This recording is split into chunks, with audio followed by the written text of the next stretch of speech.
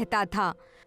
वैसे तो लक्ष्मीकांत का खानदान बहुत ही भोला भाला और साधारण था, लेकिन लक्ष्मीकांत बड़ा ही चालाक और नेकदिल था। लक्ष्मीकांत एक ठेकेदार के पास मजदूरी किया करता था।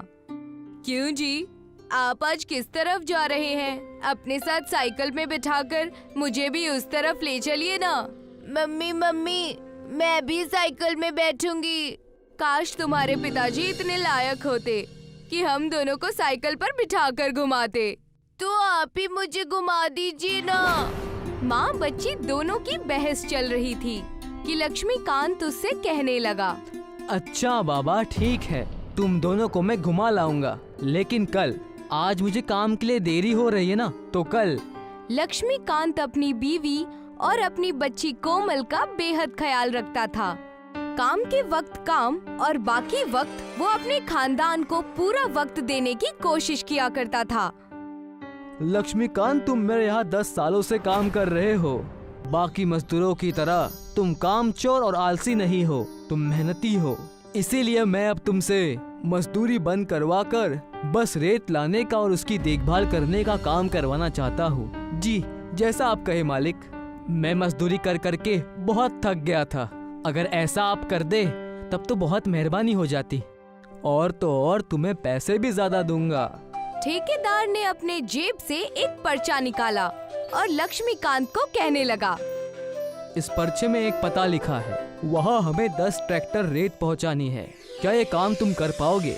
ये भी कोई बोलने की बात है? मैं ये काम जरूर करूँगा। लक्ष्मीकांत उस पर्चे को लिए जंगल के तालाब की ओर बढ़ चला। मुझे तो बेहद डर लग रहा है, कहीं मैं फंस ना जाऊं इन सब चक्करों में। इस तरह से जंगल में आना और यहाँ से रेत ले जाना मुझ पर भारी ना पड़ जाए। लक्ष्मीकांत तालाब के किनारे पर पड़ी रेती को मजदूरों से भरवाने लगता है और उनसे कहता है, तुम सब तब तक रेत को ट्रैक्टर में भरो, मैं जरा तालाब के ठंडे पानी में नहा कर आता हूँ। जी मालिक, आप ऐसा ही कीजिए, आपके आने से पहले हम सब तैयार रखेंगे। लक्ष्मीकांत तालाब में चला जाता है और वहाँ आराम से पानी में नहाने लगता है। उतने में ही उसके पैरों से एक बोतल टकराती है। उस बोतल को चमकता हुआ देखकर लक्ष्मीकांत कहता है, ये बोतल चमक कैसे रही है? लगता है कि लोगों ने इसमें जुगनू भरकर उसे तालाब में फेंक दिया है। लक्ष्मीकांत उस बोतल को उठाता है और उसे जुगनू समझकर उसे खोल देता है।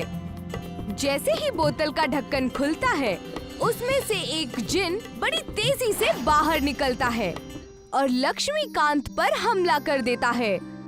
कहीं तुम उस बाबा के आदमी तो नहीं हो ना? मैं तुम्हें छोड़ूंगा नहीं। उस बोतल से जिन निकलता देखकर लक्ष्मीकांत की आंखें मानो फटी की फटी रह जाती हैं। जिन, जिन, ये कैसे हो सकता है? और कौन सा तांत्रिक? मैं किसी को नहीं जानता, मैं तो सिर्फ यहाँ रेत लेने के लिए आया हूँ। लक्ष्मीकांत के इतना कहते ही वो जिन उसे छोड़ देता है और उससे कहता है, माफ करना भाईजान, मुझे गलतफहमी हो गई थी, लेकिन तुमने मुझे आजाद किया है। मांगो, जो मांगना है मांगो। तुम इस हालत में आए कैसे? आखिर माजरा क्या है? तब बहुत सारी बातें लक्ष्मीकांत को विस्तार से बताते हुए वो कहता है, ये बात कई साल पहले की है, एक मायावी खौफनाक जादू करने वाले उस्ताद की। तुम्हें अगर ताकतवर बनना है, तुम्हारी ताकतों को और ज्यादा बढ़ाना है, तो तुम इस घेरे में आकर खड़े हो जाओ और देखना बहुत ताकतवर हो जाओगे। क्या सच? मुझे अपनी ताकत का सही इस्तेमाल करके जिन की दुनिया का सबसे बड़ा जिन बनना है। जादूगर ने अपने लालच की वजह से उस जिन को एक घेरे में खड़ा कर लिया और उस पर काला जादू मंत्र तंत्र करने लगा और उसके ऊपर राख फेंकने लगा। ओम हीम क्रीम चामुंडाय, बागड़ बोल। अपनी आंखें बंद रखना, ये काम पूरा होते ही तुम सबसे ज्यादा ताकतवर हो जाओगे। मंत्र पढ़ते ही जादूगर ने उसे धोखे से अपनी बोतल में कैद कर लिया उस बोतल में वो जिन बेहद छोटा दिख रहा था और जिन उस बोतल में कैद हो गया। मुझे बाहर निकालो, मुझे बाहर निकालो। मैं अंदर कैसे आ गया? ये तो धोखा है। मेहरबानी करके बाहर निकालो। लेकिन तुम इस तालाब में आए कैसे? मुझे उस उस्ताद ने इस तालाब में कैद करके रखा था। काले जादू की जरूरतें लाने वो पहाड़ियों पर गया था और तुमने मुझे आज रिहा किया। इसीलिए मैं तुम्हें एक भेंट देना चाहता हूँ। कैसी भेंट? जिन लक्ष्मीकांत को एक बड़े से रेत के टीले के पास लेकर जाता है, जो रेत का टीला तालाब से हटकर होता है। लक्ष्मीकांत वहाँ जाकर देखता है कि पूरी रेत चमक रही है। रेत के अंदर हीरे ही हीरे हैं। हीरे की रेत? ये चमकते हुए हीरे असली है? बिल्कुल असली है और सब हीरो की रेत तुम्हारी है। क्या सच? अगर ऐसा है तो मैं तुम्हारा एहसान जिंदगी भर नहीं भूलूंगा। लक्ष्मीकांत उन हीरों की रेत की मदद से रातों रात बेहद बड़ा आदमी बन जाता है। पूरे शहर और जिले में सबसे रईस आदमी बन जाता है। वो हीरों की रेत से अपना बड़ा सा घर बनाता है और कई सारी जमीनें भी खरीद लेता है। देखा बेगम, मेहनत और अच्छे काम ने आज इतना अच्छा बना दिया। जिन भाई की मदद से हमारे पास आज सब कुछ है, हर एक चीज जो हमें चाहिए थी। वैसे आखिरी बार आप उनसे कब मिले थे? उस अच्छे जिन से आज मैं मिलने जा रहा हूँ। अब वो पूरी तरह आजाद है। एक तरफ जिन और लक्ष्मीकांत आजाद घूम रहे थे, दूसरी ओर उस जादूगर को हीरे की रेत और लक्ष्मीकांत के बारे में पता चल गया और उसे ये भी पता चल गया कि उसका कैद किया हुआ जिन अब आजाद हो चुका है। इन दोनों का मुझे कुछ करना होगा। ये मुझसे चालाकी कैसे कर सकते हैं?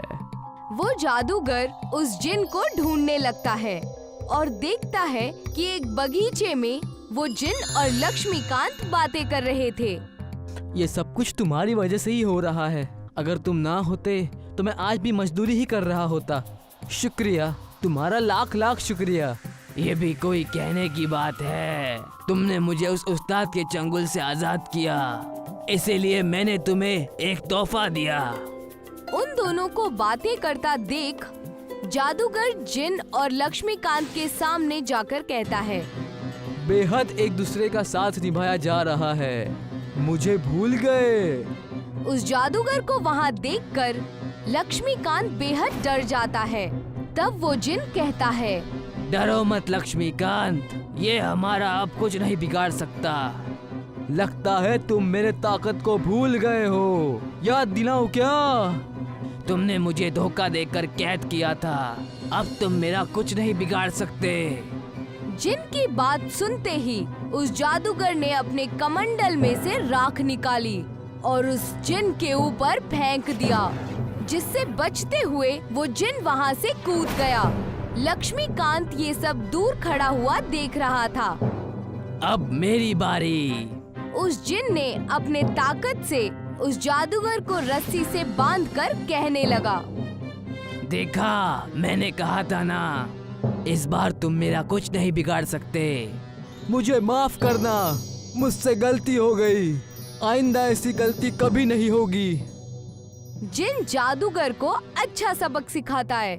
उसके बाद वो जादूगर उस जिन और लक्ष्मीकांत को परेशान नहीं करता है।